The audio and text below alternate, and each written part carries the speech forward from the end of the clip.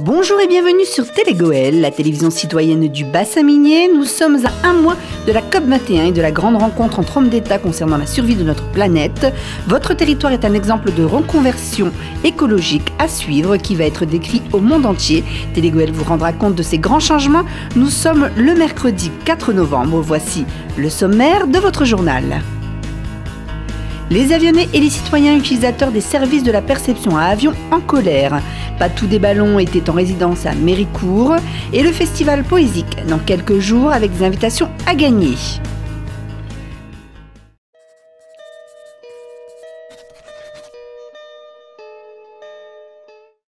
Près de 45 minutes pour relier Avion La République à la perception de Liévin, c'est la preuve qu'ont fourni les élus avionnés lors d'un parcours en bus organisé la semaine dernière afin de prouver l'intérêt des services publics dans les communes qui tendent à disparaître. C'est à l'arrêt de bus République que les élus avionnés étaient réunis la semaine dernière pour continuer leur combat contre la fermeture des services publics sur la commune, notamment les classes dans les écoles, le commissariat ou encore la perception, objet de ce rendez-vous qui visait à prouver le temps de parcours entre la cité de la République et la perception à Liévin, qui devrait prendre le relais de la perception avionnaise visée par la fermeture. On monte dans le bus, on déclenche le chronomètre et c'est parti pour la perception de Liévin. Il y avait plusieurs objets. D'abord le premier, on voulait démontrer que fermer les services publics de proximité, ça allait poser des problèmes aux habitants de notre commune et puis montrer notre désaccord. On ne partage pas la fermeture de notre perception, de notre commissariat et la casse aussi de l'éducation nationale. Aujourd'hui on était plus sur la perception. On a pris le bus pour démontrer que ça allait être compliqué si demain notre perception avion ferme et qu'on envoie les avionnés sur la commune de Liévin. 22 minutes, on arrive à Lens, on descend pour changer de bus. Déjà 22 et moi On a eu de la chance, on n'a pas attendu à la correspondance. Mais on sait que selon l'heure d'arrivée, on peut soit partir tout de suite, on en a eu la démonstration, soit partir dans le quart d'heure qui suit. Donc ça a réduit aujourd'hui, mais généralement ça peut être un peu plus long. Donc on peut imaginer entre 45 et 50 minutes pour faire le trajet. Avec mes deux collègues maires, celui de Méricourt, Bernard Bod et Christian de Salomine, on va faire la proposition que la perception d'avion puisse continuer à fonctionner puisqu'on nous reproche qu'elle n'a pas assez de budget à gérer en proposant que demain elle puisse gérer le budget de la commune de Méricourt, la commune de Salomine et faire une perception qui a une logique territoriale et qui soit logique dans notre canton puisque le canton est Avion, Méricourt, Salomine et Asheville. Bon, Asheville, c'est un peu plus compliqué, mais au moins il y aurait une logique de territoire. Nous arrivons à Liévin, 30 minutes. C'est qu'un début parce que pour nous, on pense que ça vaut le coup de mener le combat, qu'il n'y a pas de combat gagné s'ils ne sont pas menés. Et puis il y a l'expérience de Marchienne, ils ont gagné, la perception de Marchienne ne sera pas fermée. Et je pense qu'on a démontré aujourd'hui, on continuera à démontrer que c'est plus qu'utile. Une population aujourd'hui qui souffre, une population qui a besoin d'aide, des élus qui sont à leur écoute, qui sont proches d'eux, les accompagnent dans des aides qui aujourd'hui vont devenir compliquées. On va donner une aide d'urgence, une aide alimentaire par un moyen financier à un avionné. Ça va être pour lui compliqué pour pouvoir aller chercher l'argent en perception. Ça va être hyper compliqué et dans le même temps, c'est pas sûr que ça soit accepté puisque ça nous a été dit ici qu'ils n'avaient pas le même fonctionnement qu'à Avion. Donc voilà, l'interrogation c'est comment demain on va pouvoir continuer à aider nos familles.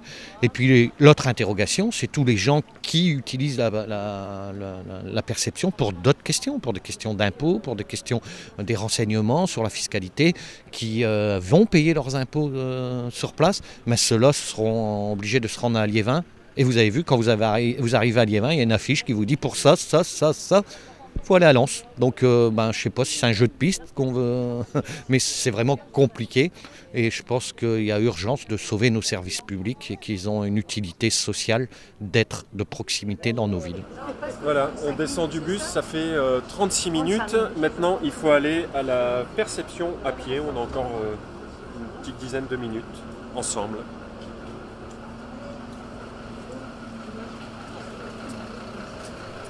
L'action qu'on a menée aujourd'hui pour l'école, pour le commissariat, pour la perception, fait qu'on a écrit au Premier ministre, qui était venu il y a 2 ans, dans des conditions un peu particulières, avec les événements du quartier de la République. On lui a écrit pour lui dire notre désaccord, puisqu'il y a 2 ans, il nous avait dit « on sera avec vous pour vous accompagner ». Il a répondu à notre courrier et on est reçu à Matignon mercredi prochain, le 4. Donc on va en délégation, les élus, le rencontrer, lui déposer les pétitions que les avionnais ont signées et essayer justement de rouvrir le dialogue avec l'ensemble de ces institutions pour essayer de trouver des solutions qui mettent au centre l'intérêt de nos populations.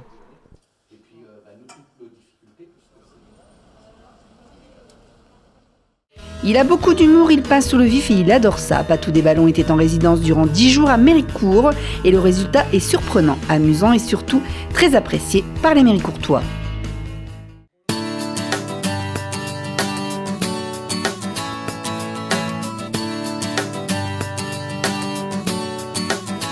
Alors, en fait, l'idée c'était donc forcément de...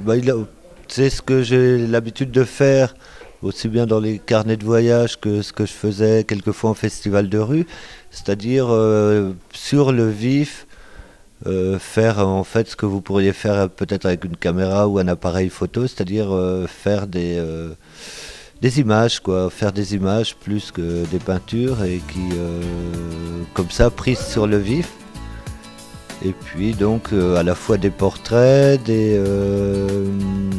essayer de retranscrire les ambiances des événements où Serge me promenait d'un lieu à un autre.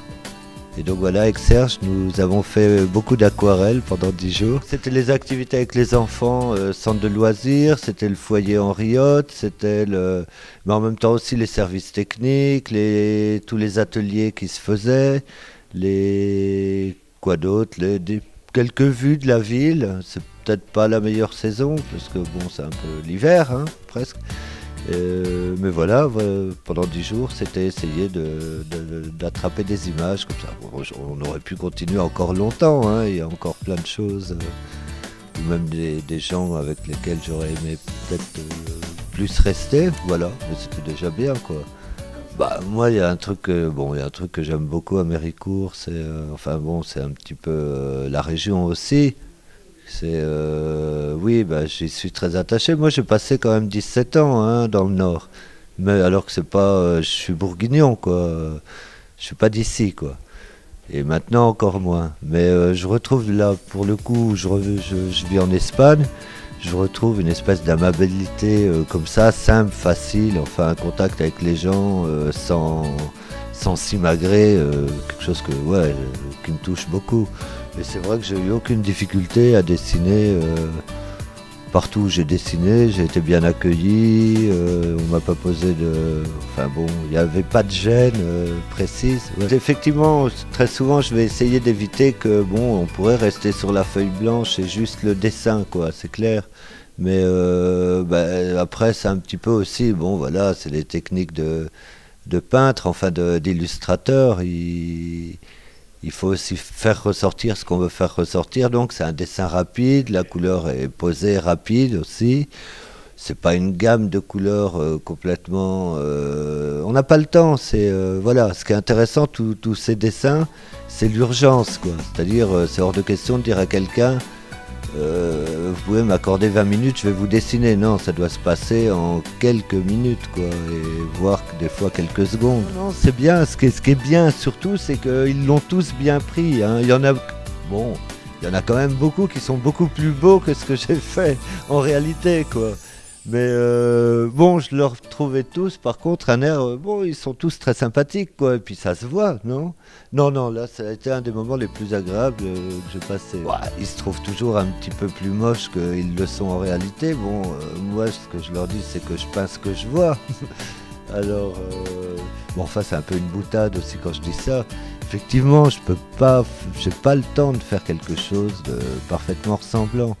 Mais non, je peux pas dire que je les modifie, que je vais les... Moi, ce qui ressortait surtout de tous ces gens-là, c'était énormément de sympathie. Donc dans l'ensemble, ils sont tous souriants. Au bout d'un moment, je vais leur demander comment ils s'appellent, effectivement. Je veux dire, s'ils acceptent de me le donner, ils me le donneraient pas s'ils étaient pas quelque part fiers de me le donner, quoi. C'est marrant, d'ailleurs c'est toujours très rigolo parce qu'ils sont à la fois fiers de le donner et puis un peu gênés quoi. Mais puis bon, ça aide à se faire aussi reconnaître par les autres. Et parce que quelquefois, pour moi c'est une image très fugitive, rapide que j'ai attrapée comme ça. Et quelquefois c'est vrai que même quand les gens après viennent me voir, parce que là par exemple ils étaient à table et certains d'entre eux étaient assez loin, ou relativement cachés, ou le nez dans l'assiette, et j'essaye j'aime bien les dessiner si j'y arrive sans qu'ils s'en rendent compte, quoi. Pas trop qu'on vienne s'asseoir, qu'on vienne poser. Et quand je les voyais de près, souvent quand ils venaient me voir, je me disais, mince, j'ai complètement raté le nez, tout ça, ou je voyais des choses qui allaient pas du tout, parce que Mais bon, je pense que j'avais réussi quelque part à choper une image, quoi, voilà.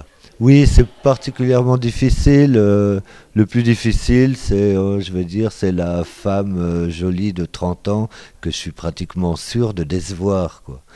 Ouais, elle va jamais. Mais bon, si je dessine par exemple un tromboniste ou je sais pas, je peux y aller, quoi. Normalement, je vais pas tellement le massacrer. Au pire, je vais l'améliorer.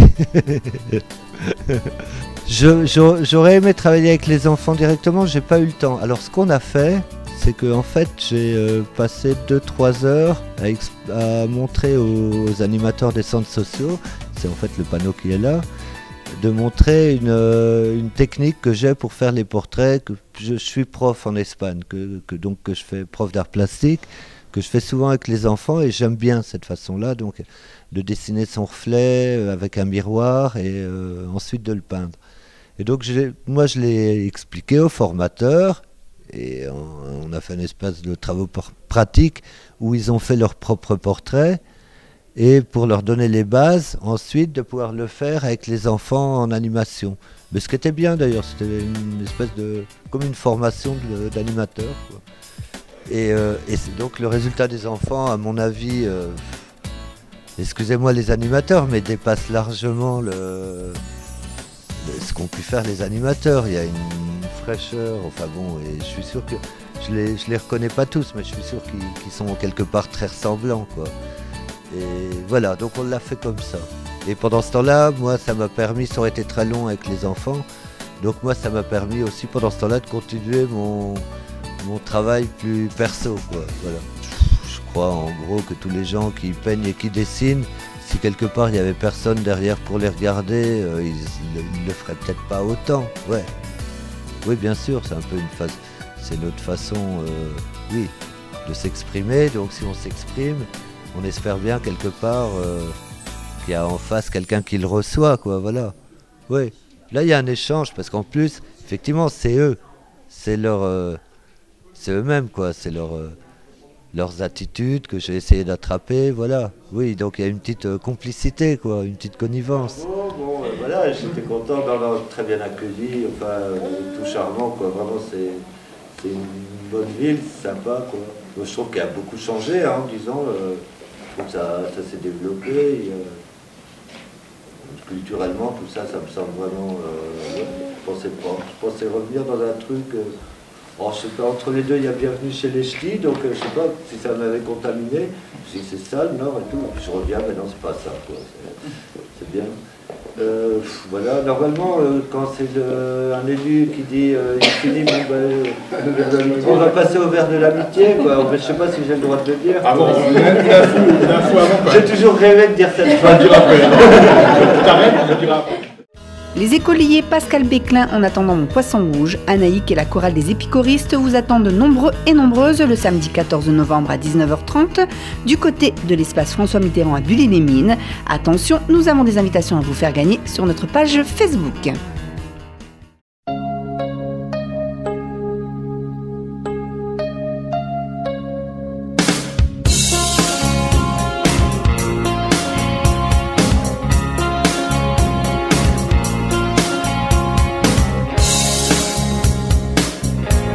Alors, donc l'association des fainéants provient d'un groupe régionalement connu qui chante depuis une dizaine d'années, qui s'appelle les Fainéants, qui sont composés d'un batteur, Anthony Robb, d'un bassiste, Aurélien Struss, et du leader du groupe, qui est également guitariste, qui s'appelle Angelo Robb. Ce groupe se produit entre la Côte d'Opale et la métropole Lille-Lens, et de par leurs écritures, donc 100% françaises, ils ont souhaité mettre en avant ce qu'ils aiment le plus, donc la poésie et la langue française, en créant depuis 2010 un festival qui s'appelle Poésique et qui a lieu tous les ans en fin d'année à Bully-les-Mines. Ce festival met donc en avant la poésie et la langue française et s'articule chaque année autour d'un chanteur français en vie ou décédé. Donc il y a 2 ans, c'était Michel Berger qui était mis à l'honneur. L'année dernière, c'était les 20 ans de la mort de Léo Ferré. Et cette année, nous mettons à l'honneur le chanteur Renaud. Parce que Renaud est un chanteur qui a fait passer énormément d'idées et que le groupe Les Fainéants apprécie énormément sa façon d'écrire, sa façon de parler, ses chansons et les messages qu'il fait passer au travers de celles-ci. On aura à la fois en entrée et en fin de spectacle des chansons connues comme Morgane de Toi, et puis on aura également des chansons peut-être un peu moins connues comme Hexagone, pas forcément connues de tous en tout cas, un peu plus revendicatives, et certaines chansons seront effectivement remodelées, reprises et réinterprétées à la façon des différents artistes qui passeront sur scène. On aura sur scène un artiste qui est le tribut officiel de Renaud, Morgane de Lui, avec comme chanteur Pascal Béclin, mais également pour les profanes entre guillemets et les gens qui aiment également les réinterprétations ou qui ne connaissent pas forcément beaucoup l'artiste, puisqu'on aura à la fois une chorale, les épichoristes qui viennent de Fouquier-Soulance, qui interpréteront 3 titres du chanteur et qui accompagneront Pascal Béclin également. On aura un autre groupe, le groupe Anaïque, on aura les écoliers et on aura en attendant Mon Poisson Rouge. Donc différents artistes qui entre autres reprendront des titres de Renaud, chacun à sa façon. Il va y avoir une chanson de Renaud qui sera reprise sous forme de poème. Et alors au niveau de la mise en scène, on est en train de peaufiner tout ça, mais il y aurait certainement un jeu, alors soit un jeu de scène ou un jeu d'ombre, mais effectivement il y aura une lecture d'une chanson sous forme de poème. Alors la date, donc c'est 14 novembre 2015, ouverture des portes à 19h, 19h30, à l'espace François Mitterrand de Bully-les-Mines. Les réservations donc peuvent se faire soit par téléphone au 06 60 43 99 ou via le site internet WordPress. Le tarif est de 5 € par adulte, gratuit pour les enfants. Il y aura normalement un entracte avec buvette restauration sur place. Concernant le spectacle, on espère vous y voir très nombreux parce que c'est un spectacle qui met en avant vraiment la langue française, chose qui se perd aujourd'hui, qui est vraiment fait 100% en région avec des artistes connus ou qui méritent d'être découverts. Donc n'hésitez pas à venir nombreux pour le festival Poésique qui se déroulera le 14 novembre 2015 à partir de 19h, 19h30, ouverture des portes à l'espace François Mitterrand de Bully-les-Mines.